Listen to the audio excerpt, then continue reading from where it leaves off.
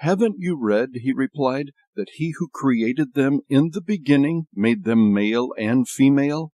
And he also said, 'For this reason a man will leave his father and mother and be joined to his wife, and the two will become one flesh.'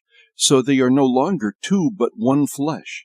Therefore, what God has joined together, man must not separate."